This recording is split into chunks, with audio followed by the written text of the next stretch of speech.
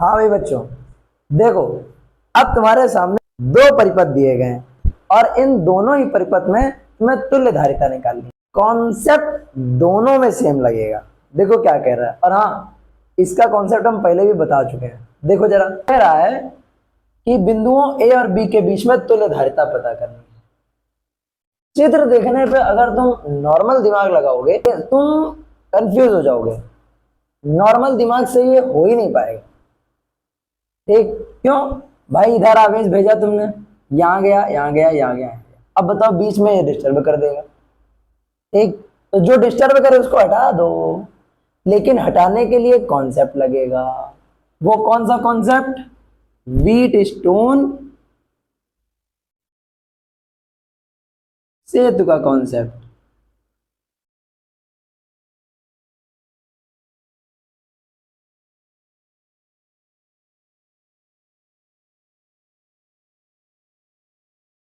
ठीक, wheat stone सेतु का concept क्या कहता था कि अगर संलग्न भुजाओं में लगे प्रतिरोधों या संधारित्रों का अनुपात समान होता है तो बीच वाला जो संधारित्र होता है उसमें कोई भी आवेश नहीं जाता है, और अगर प्रतिरोध होता तो वहां पे कोई धारा ना जाती। ठीक, तो यानी कि अब अनुपात देखो, अच्छा 2/6, 2/6, चाहे इसे इसे देख लो या इसे देख लो, 2/2 1, 6/6 1, अनुपात बराबर है।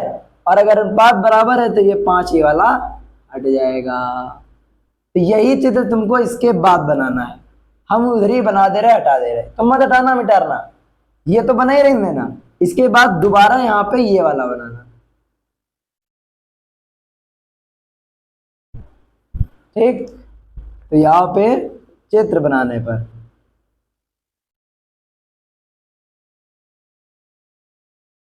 अब इसके बाद सॉल्यूशन करते हैं। यहां से हमने आवेश भेजा, आधा इधर और आधा इधर। ये देखो ऐसे क्या, ऐसे ऐसे ऐसे, क्या 2 में और 6 में सेम आवेश? और जब सेम आवेश तो श्रेणी क्रम में जोड़ दो भाई। 2 माइक्रोफैरड व 6 माइक्रोफैरड को श्रेणी क्रम में जोड़ने पर, एक सेकेंड एक सेकेंड एक सेकेंड, देखो जरा, अगर इसमें सेम आवेश है तो क्या इसमें सेम आवेश नहीं? दोनों में सेम आवेश है, और अगर दोनों में आवेश सेम है तो ये भी श्रेणी क्रम, ये भी श्रेणी क्रम। ठीक, तो क्या अगर हम इसको ऐसे लिख दें कि C1 बराबर C2 बराबर, भाई इसका तुल्य प्रतिरोध भी सेम आएगा और इसका भी सेम ही आएगा। चलो कितना? दोनों का गुणा बटे दोनों का योग। 6 दूनी 12 और 6 2 8। तो यहां से कितना आ गया? 4 3 12 और 4 दूनी 8 माइक्रो, 3/2 माइक्रोफैरड। बेटा C1 और C2 सेम है। अब जरा बताओ, ये ऊपर वाली भुजा में और ये नीचे वाली भुजा में, ऐसे ये ऊपर और ये नीचे। बताओ जब ऐसी आकृति दिखती है तो कौन सा समांतर क्रम ना? या इसे नहीं पहचान पाते हो? ऊपर वाले में अलग आवेश, नीचे वाले में अलग आवेश, आवेश अलग अलग है तो समांतर क्रम। जोड़ दो फिर, तो C1 व C2 को किस क्रम में? समांतर क्रम में जोड़ने पर।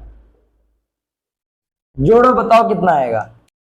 ये तुम्हारा आ जाएगा C बराबर C1 प्लस C2, डायरेक्ट जोड़ दिया जाता है, तो 3/2 प्लस 3/2, यानी कि कितना आ गया? 6/2। और 6/2 को ही तो हम लोग बेटा 3 लिखते हैं। तो बताओ तुम्हारा इसमें तुल्य प्रतिरोध कितना, सॉरी, तो बताओ इसमें तुम्हारी तुल्य धारिता कितनी आ गई? 3 माइक्रोफैरड। अब सेम कॉन्सेप्ट से यही सवाल है, सेम कॉन्सेप्ट है, सेम, कुछ अलग नहीं है। चलो करके देखते हैं। इसमें भी बताओ क्या लगेगा? व्हीट स्टोन सेतु से C/C 1 और C/C 1, जब अनुपात बराबर है तो ये बीच वाला हट जाता है। इसमें भी ये वाला चित्र कहां बनाना है? इसके नीचे। अब जोड़ दो, भेजो था, भेजो भेजो, सेम है यार, अभी बताया है। ये दोनों किस में जुड़ जाएंगे? श्रेणी में। तो C व C को श्रेणी क्रम में जोड़ने पर।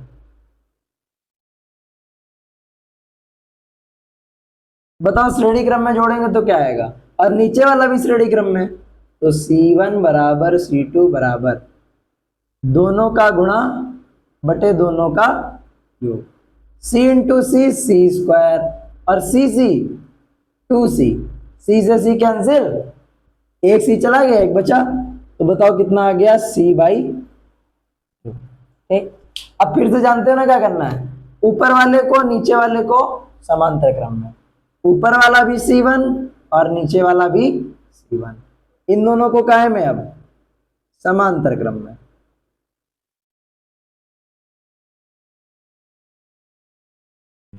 बताओ कितना आ जाएगा, C बराबर C1 प्लस C2, यानी कि C/2 प्लस C/, अच्छा C/2 कितना हो गया 2C/2, अच्छा खच, तो C1, तो यानी कि C जो तुल्य धारिता आएगी, C कुल बोल दे रहे इसको, वो किसके बराबर आ जाएगी, C के बराबर आ जाएगी। बोलो बात समझ में आई। लेकिन अभी ये कंप्लीट नहीं हुआ है, इसलिए इसको हम C डैश बोल दे रहे हैं, C कुल नहीं बोल रहे, C डैश बोल दे रहे हैं। ठीक है, ये इतने पूरे की आ गई, मेरे पास ये 2C और बचा है। अच्छा, इस पूरे की जगह हम कितना लिख सकते हैं, सिर्फ C, इसके साथ में एक और जुड़ा है 2C। देख के बताओ ये दोनों कौन से क्रम में है, भाई इतना सिंपल है, दोनों श्रेणी क्रम में है, तो C व 2C को इस बार किस में जोड़ेंगे, श्रेणी क्रम में।